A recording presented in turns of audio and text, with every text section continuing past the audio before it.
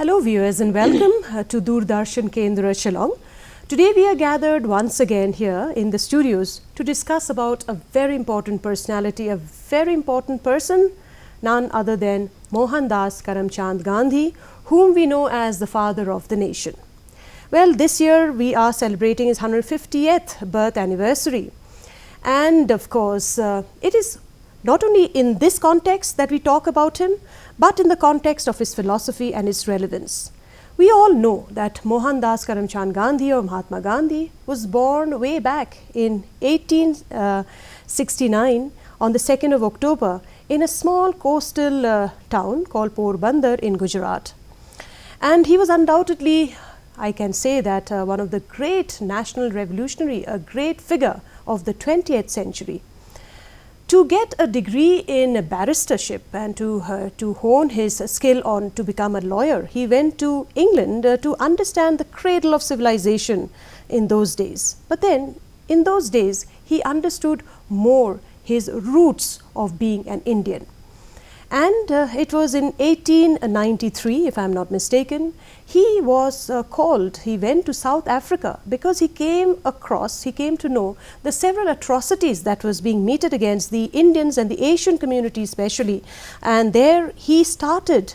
It was in those early days that he started actually experimenting on his philosophies of non-violent, non-cooperation movement that he started, based on his satyagraha, on his experiments with truth and non-violence. Of course, in South Africa, incidentally, in a lot of days, that is roughly 249 days, he spent in the South African prisons there, in the jails there.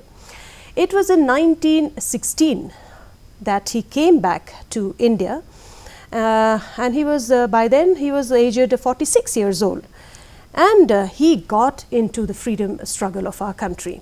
He started an ashram called the Sabarmati Ashram in Gujarat, in Ahmedabad, to not only experiment but also train and guide the others of his followers this philosophy that he practiced, and he wanted this to be propagated to others as well, that is on truth and non-violence as well as satyagraha. And then of course we all know the rest of the history, that our freedom struggle began, and he practiced these very philosophy. He put them into practice later on into our freedom struggle and to oust out a very oppressive colonial rule of our country. He was known as the father of the nation, you know, the Mahatma, the great soul, and often he was also called Bapu. All right, so this is a little background. Of course, we have our panelists here in the studio who will be speaking much more about this person. But before I go ahead and introduce them to you, let us once again watch a short clip that our studio have prepared for you to understand Mahatma Gandhi. Mohandas Karamchand Gandhi, the father of the nation, the Mahatma. He is known by many names, but the same ideals of his resonates in every mind. People all over the world revere Gandhi as the man who could envision and lead our country towards a more tolerant, sustainable and idealistic future. With a motto as plain as simple living and high thinking, Gandhiji, a man ahead of his time, showed the world exactly how a life of spirituality as well as practicality can be lived. Truth and non-violence, practiced to this day as Satyagraha and Ahimsa respectively, formed the core principles of the Gandhian way of thinking, which went on to become the foundation of modern Gandhian philosophy. Gandhiji believed that the ultimate empowerment of an individual only emerges through truth, and this principle of truthfulness to self and to the world is essential for achieving not only a state of inner strength but also a sense of oneness in the community at large. Gandhi's interpretation of dharma, meaning duty, ethics and religion, has had a huge impact on the perception of spirituality and integration of society pre- and post-independence. Further, Gandhiji also believed that thoughts of an individual have a great role in shaping their life. Thoughts become actions, and these actions can influence every aspect of the world. He emphasized on altruism as being the key to a healthy society and ideal much appreciated by scholars in the present world. Gandhiji's secular ideologies are not only reflected in the Indian constitution but also constitutes the core of modern Indian society. Gandhian ideologies, therefore, live and thrive in our day-to-day lives. Keeping his principles of truth, non-violence, duty, tolerance and self-sustenance alive paves the way towards a happy, prosperous, healthy, harmonious and sustainable future.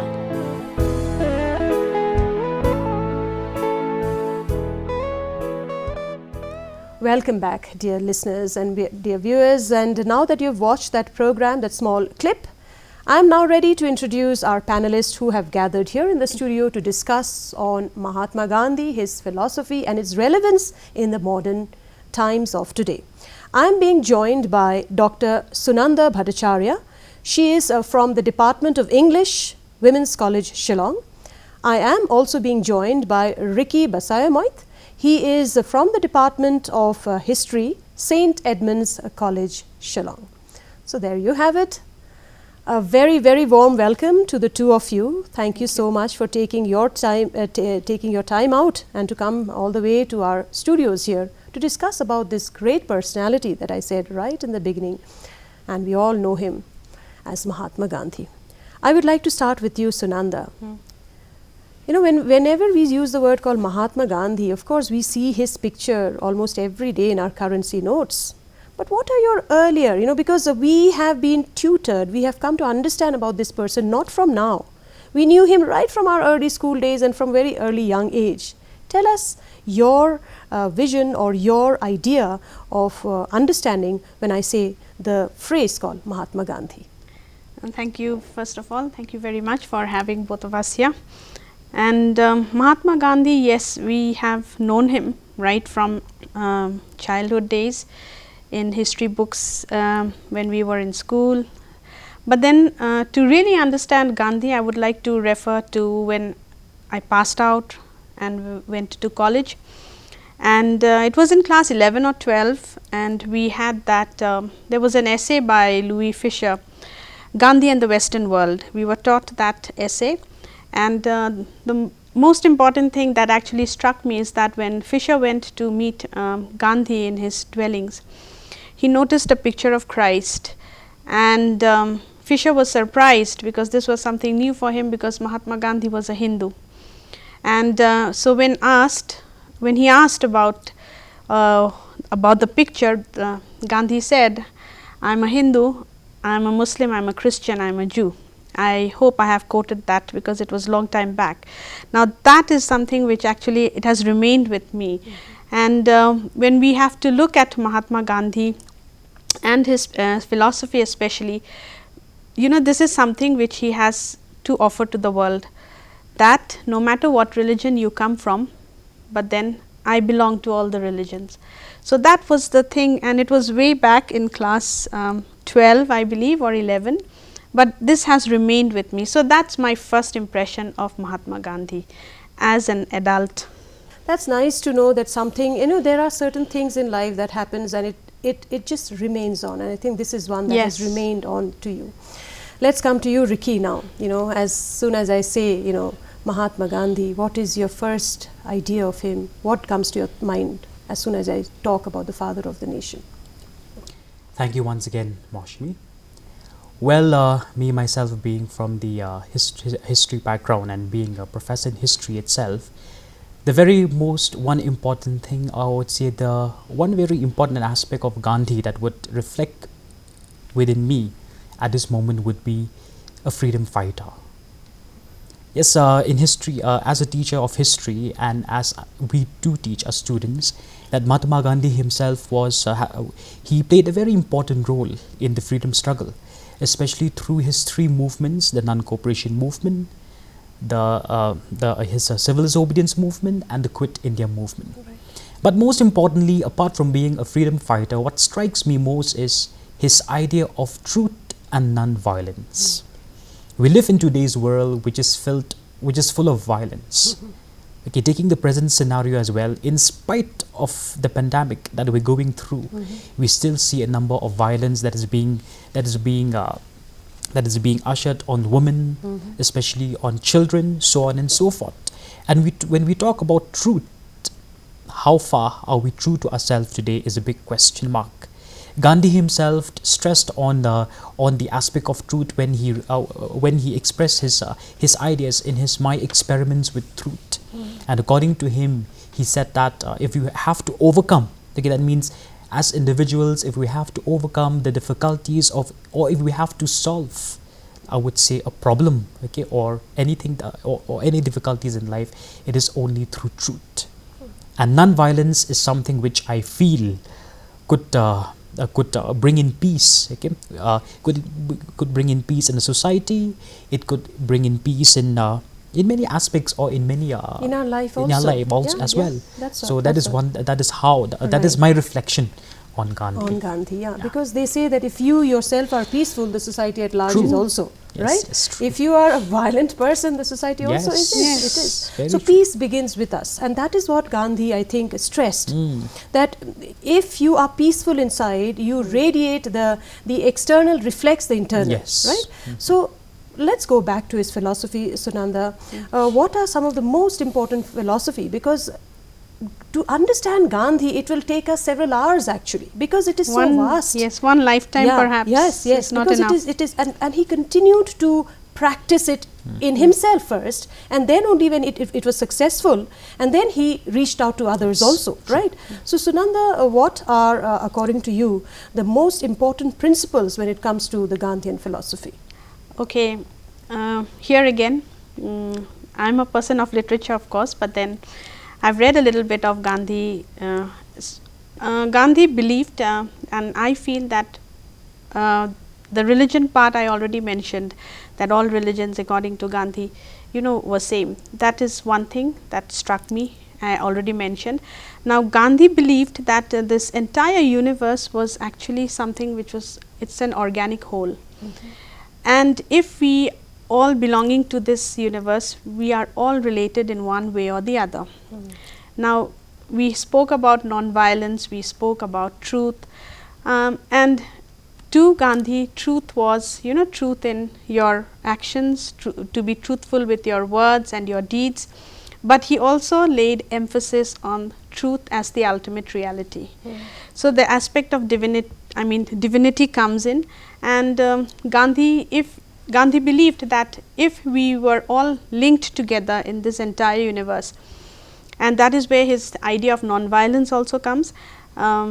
That's my understanding, because he felt that if we were, if we harmed himsa and ahimsa, okay, two things Gandhi stressed a lot on, and he felt that if we were harming others, in some way we were actually harming ourselves, because harming one part of the universe or somebody belonging to that entire universe as a link, if we take it. So if we harm or hurt another fellow or another person, it's in one way we were harming ourselves, and that was self-destructive. So that is one part I would like to focus on Gandhi. And it, of course, that is what which actually also touched me most, that he felt that we were all somewhere, because we belonged to the entire universe, the entire, it's something which is linked and connected, and therefore we, we cannot just to satisfy our own needs, we cannot destroy something or somebody and gain. That will not lead us anywhere. It will actually it will be some kind of a self-destructive act. So that is one part, and the fact that to understand his idea of truth, he had a lot of faith in that divine reality. Of course, words, to be true in words and deeds, and he tried throughout his life, he tried to follow that principle of his, but also the fact that he took every creature to be that divine reality behind everything. Right. That is something which I also feel very strongly about Mahatma Gandhi. Because he was in practice, he was a practicing Hindu, but then when he reached out to the world, because he was a leader of the lowest person down there in the Yes. village level. Yes. And Yes. when he was in England, he was a sophisticated gentleman, suited, booted. But once he came back to the country and he became a leader of the masses, he shed off all those clothings of his. Why? Because he wanted to be, and he came to be known as, with his loincloth, right? And which the British looked down upon. But he wanted to reach out to that lowest person down there at the village level, because he wanted to be a part. True. Because he believed that if you have to do something, you have to be that person. Right? So his philosophy, therefore, was an ideal, definitely, but it was a practical idealism. Right? Quickly, your Yes. words on this, Ricky. The practical aspect of his idealism, that it was something to do, that it is the doing bit, not just something to prophesize or to just propagate, but it was also the doing bit of it, to practice it. If we talk about the doing bit or the practice of the philosophy of Gandhi, we can take this very important lines that has been spoken by Gandhi to quote Gandhi, where he says, "Simple living, high thinking." So this is like what you've explained, Maushmi, that how do we put this into practice? This is one example: simple living, high thinking. We can start from us. That is, it all starts from our thoughts. Okay, the more highly we think of others, for example, the more we can make the world a better place. Because in today's world, we see that I guess both of you will agree that we do tend to pull people down instead of pushing them up. Because our thoughts have become so small, it has become so small that we don't really think about others. We only think about ourselves. Self-centered. Yeah, self-centered. We are a self-centered community, so as to say. But when you take these philosophy of Gandhi into practice, like for example, when he said simple living and high thinking, I guess the world would have been, or we can say the entire world have been a better place, or even our society would have been a better place to live in. So that is what I feel. Right, right. And it is not just in India alone that he became so famous. He was an accepted mass leader, and that is why his movements were known as mass movements. Yes, he galvanized all the people together, brought them together, and then he led the freedom struggle. Of course, there were other people also. I mean, the other freedom fighters also. But he definitely gave a direction. Right? Yes. Because according to him, violence, he never visualized a world that will be devoid of, violence. But he said that we can definitely, definitely do away with it. Yes. Right, Sunanda? The thing is, okay, I'll just what you were talking about, practical. Gandhi always, this is one phrase which he always loved to hear, that he was a practical idealist. So whatever he has propagated through his philosophy, they can be practically applied. Now, violence and conflict, two different things. I think we all agree. Right. Gandhi never denied the existence of conflict. Right. As long as human society remains, there is going to be conflict, okay? Absolutely. Conflict of any kind. But then he always upheld this thing of non-violence, that we can resolve our issues in a non-violent way. And the Champaran Satyagraha, the first Satyagraha in India, after he came back, with the peasants, okay, indigo plantation, that is where Gandhi actually proved that yes, the British may be, they are mighty, they have a lot of power in their hands, but if the simple peasant realized his strength, and when we go to that Champaran Satyagraha, there he has proved that conflict can be resolved through peaceful means. These peasants actually had to plant 15% of their land. They were forced to plant with indigo. Right. And when synthetic indigo came up, they, the sharecropping system, the British did not want to carry on, and they trapped the peasants both ways. Even if you have to stay in it, you are, you have to, you're tortured and suppressed, and even if you have to come out of it, they were economically very poor and they could not pay the amount that the British demanded. Now, you cannot imagine that these simple peasants, when Gandhi actually came there, nobody knew Gandhi, okay? And he came there, he made his presence felt, and slowly when the peasants realized that, that they could, there was someone who has come to help them in their crisis, in number, multitudes of them gathered. So, when Gandhi was slowly, this movement was gaining momentum, the British also they came up with all their ways to suppress it. But when they saw that such tremendous support, they really didn't know how to control the crowd. Because the Indians were just waiting for that leader, Yes. actually, a leader who will guide this. And they asked Gandhi, how is it, to help them to, to actually control the crowd. So, one peasant, thousands of peasants, they all come together, and Gandhi actually taught them not to be afraid of the British. That power, the mass power, actually unnerved the British. That is one example where there was a, there was a lot of conflict, but Gandhi resolved it through peaceful means.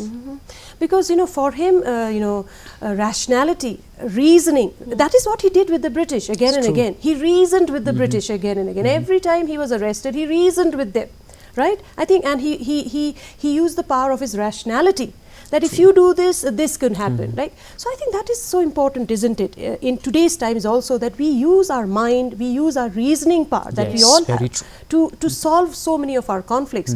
We so often take the might of the power through violent means and methods.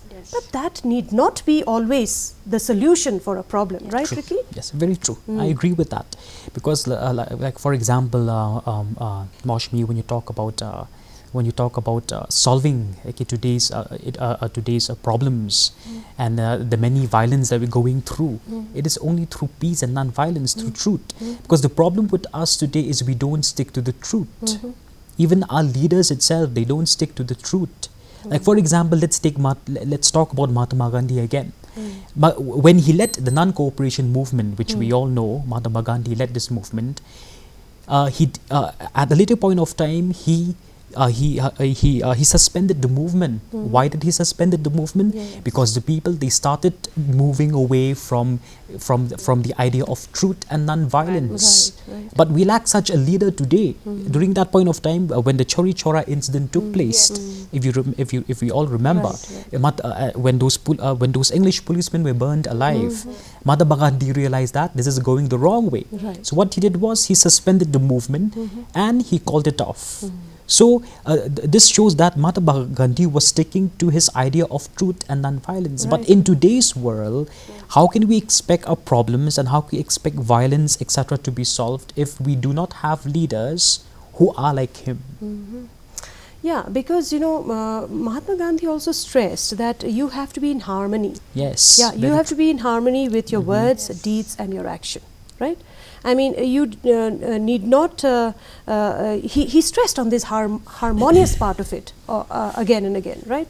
Which is, I think, lacking, yeah, in today's times. It is lacking very much, because this idea of non-violence also, non-violence, Gandhi actually held it, yes, to be peaceful and to carry out things in a non-violent way, but it also meant love, active love for Mahatma Gandhi, that you should love your fellow human beings, that you should love the fellow creatures around you. And I think Ricky has already mentioned that Gandhi also believed in this, that when I am being prosperous, if I am developing, if my fellow brothers and sisters are not developing, then there is nothing in this so-called development. But today what we see here, the concentration, concentration of economic power, concentration of political power. Gandhi he actually spoke on all these things, and he spoke on decentralization, especially if we look around the haves, those who have and those who don't have, the big divide. If we had actually followed those principles of Gandhi, that in my development, somebody, when I am lifting up myself, I should be also lifting up my other fellow brothers and sisters. True. And if that has to happen, the world will be, will be really developed. Then this divide also will, this is what I feel, this divide of haves and have-nots will not be there. And this word development can be used in the most truest sense, appropriate way. Because I think Gandhi led by his example. And in today's times, we need our leaders also to lead by their Yes. own, By their own yeah, by their examples. own examples. True. Quick words as we wrap up this program. As I said right in the beginning, that Gandhi's philosophy is so huge and so vast that it will take us many episodes to actually touch upon True them. indeed. But then we are trying to touch upon some of the aspects of his philosophy, which we tried in this discussion. So quickly, as we are wrapping up this discussion, Ricky, your quick thoughts on the relevance of Gandhian philosophy in today's world, and how everybody should continue to practice them in their own practical situations of life. Yeah, when you talk about the relevance of Gandhi's philosophies in today's world, from my viewpoint, Mashmi, I feel the world still has to learn a lot from Mahatma Gandhi, because when you look at like, for example, let's take the idea of of Mahatma Gandhi when it comes to violence. Okay, Mahatma Gandhi even stressed on the problems of violence against women. He wanted to do away with that. But when you look at today's world, okay, the number of cases of violence against women is rising day by day. So I feel when you talk about the application of Gandhi's ideas, okay, in today's world, I feel the world still has a lot to learn from it, and India in particular, with all the problems we're going through today. Right. So we are almost running out of time. Quickly, I give you 20 seconds, Sunanda, to wrap up. I would like to sum up this way, that we remember what Gandhi felt about this world, that we are all one. No matter what religion we come from, we are all, we are just one. We may have our different religions. Gandhi also stressed on self-reliance, which is very, very important, especially if we take a country like India. And when Gandhi spoke of freedom, he did not mean only the political freedom. He also meant the economic freedom. Now that, according to me, also is very important.